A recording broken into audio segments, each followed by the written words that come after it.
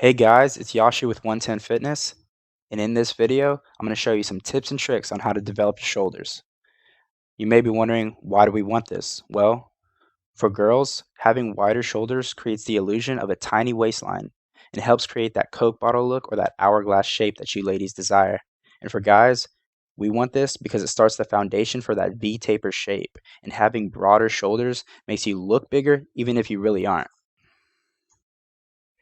Right here, I'm doing seated dumbbell overhead press, and I warmed up with very light lateral raises just to get that shoulder warmed up and to prevent injury.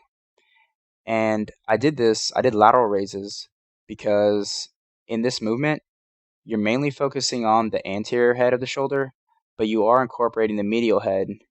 Those two planes both get stimulated in this movement. I stuck to the 12 to 15 rep range. The weight's pretty light, it's like 40 or 45 pounds. Immediately dropped it and supersetted with very light seated lateral raises. And notice I don't go past shoulder height.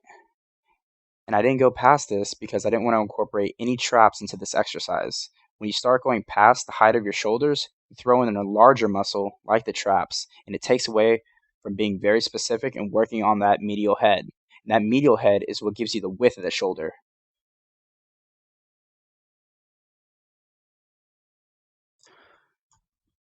All right, and here I'm performing an isometric hold. And what this does, it helps bring out the details and the cuts. And I like to perform this from anywhere from 10 to 30 seconds after each exercise. All right, guys, I'm about to show you one of my favorite exercises in this segment. It's standing cable lateral raises. And if you notice, I'm not using heavy weight. I'm actually using a light enough weight to where I can do a 12 to 15 rep range, that hypertrophy range, versus a 4 to 6 rep range. It's too heavy, I feel. I feel shoulders respond best to a lighter rep range, especially whenever you're trying to isolate a small muscle like the medial head.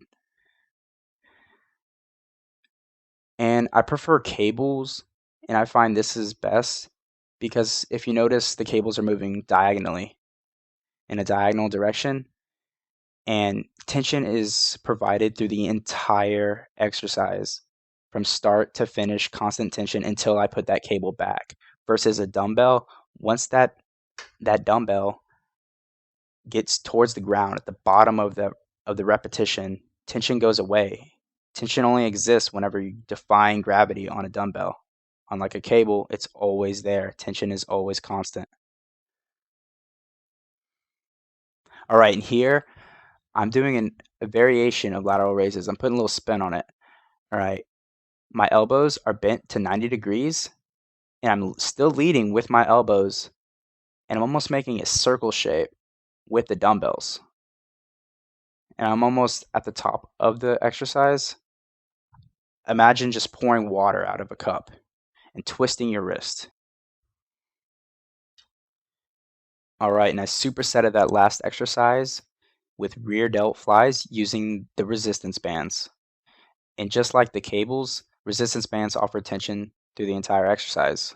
And if you notice, I'm bent over and I'm pausing at the top, but I'm not going past 90 degrees. The further my elbows go back, I start using my traps, which you don't want to do. We're just trying to focus on the rear delt.